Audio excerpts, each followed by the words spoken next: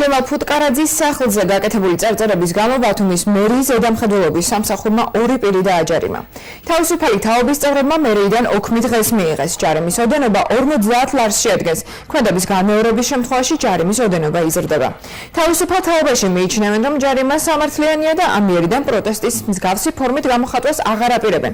დავით ლორიას თქმით, საზოგადოებას მოღალატეების სხვა ფორმით გააცნობენ.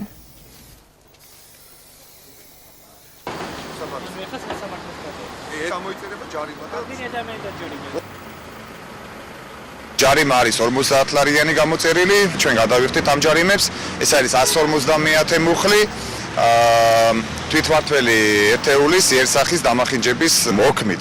გამომდინარე იქიდან, რომ მსგავსი ფორმის წარწერები ითვალისწინებს გაორმაგებულ უпростоრად უფრო მეტ ჯარიმას, 500 ლარიან ჯარიმა, ამით შევეცდებით, რომ თავი შევიკავოთ ამ ესე იგი დიდი ჯარიმებისგან, მაგრამ ფორმებს უფრო შევარჩევთ, უფრო ესე იგი წვავე ფორმებიც იქნება, უფრო კრიტიკული იქნება.